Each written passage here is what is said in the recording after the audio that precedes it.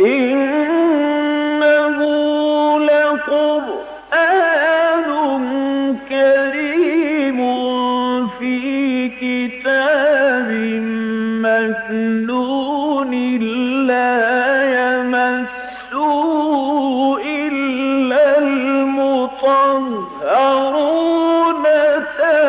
تنزيل من رب العالمين.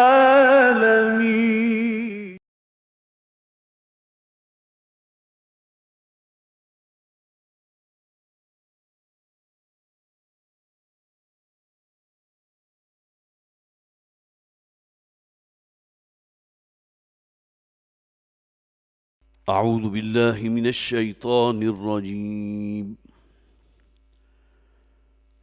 بسم الله الرحمن الرحيم.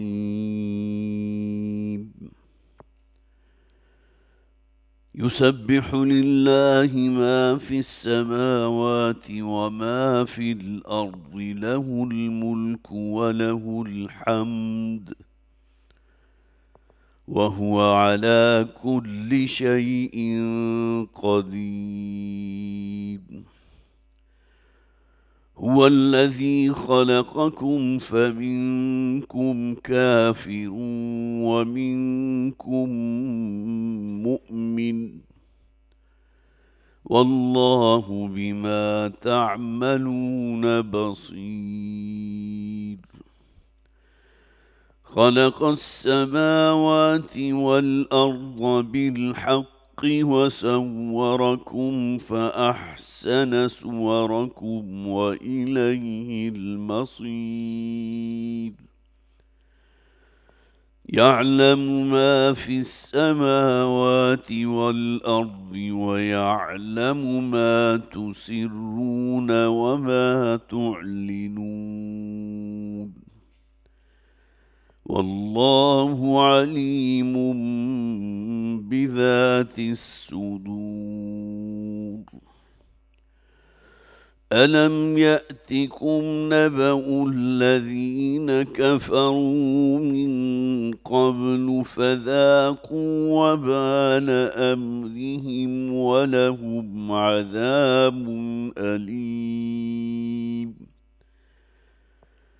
ذلك بأنه كانت تأتيهم رسلهم بالبينات فقالوا أبشر يهدوننا فكفروا وتولوا واستغنى الله والله غني حميد. زعم الذين كفروا أن لن يبعثوا قل بلى وربي لتبعثن قل بلى وربي لتبعثن ثم لتنبئن بما عملتم وذلك على الله يسير. صدق الله العظيم. رب اشرح لي صدري ويسر لي أمري واحلل عقدة من لساني يفقه قولي.